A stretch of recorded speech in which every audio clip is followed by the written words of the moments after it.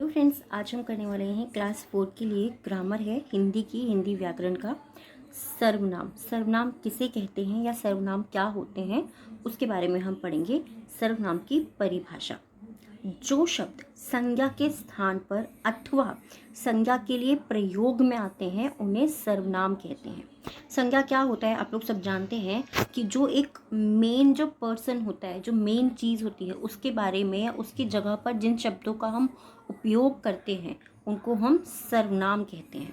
ठीक है, जैसे कि वो शब्द कौन कौन से हो सकते हैं? आप, उसका, तुम, हम आदि। इस प्रकार के जो शब्द होते हैं वहाँ पर हम उनको जो है हम सर्वनाम कहते हैं।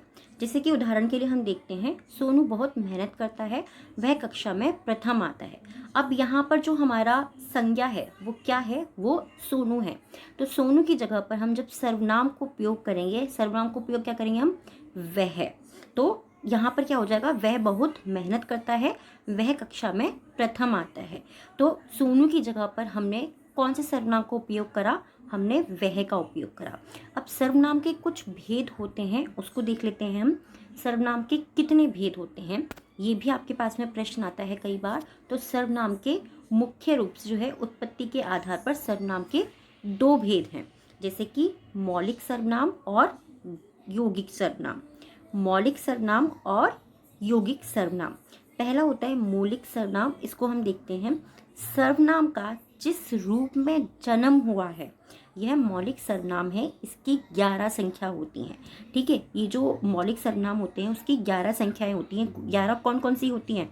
सिंपली हम देखते हैं, जैसे कि मैं, तू, आप, यह, वह, जो, सो, कौन, क्या, कोई और कुछ।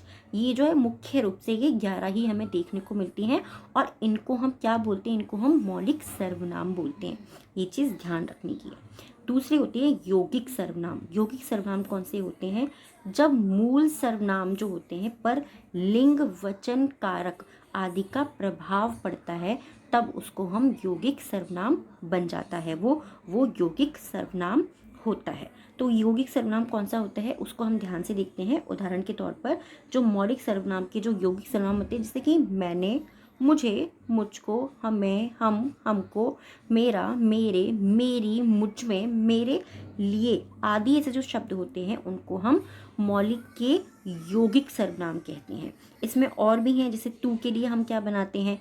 तूने, तुझे, तुझको, तेरा, तेरी, तुमको, तुमसे, तुम्हारा, तुम्हारी। यानी कि जो दूसरा व्यक्ति है उसके लिए हम क्या क्या शब्द यूज़ कर सकते हैं, उपयोग में ला सकते हैं। ऐसे ही आप वह का देख रहे हैं, वह के लिए हम क्या कहते हैं? वह है। ठीक है, ये उसका है, ये उसकी है, ये उसके लिए है, ये उनका है, ये उन्होंने के उनके लिए है, उन्हों के लिए है।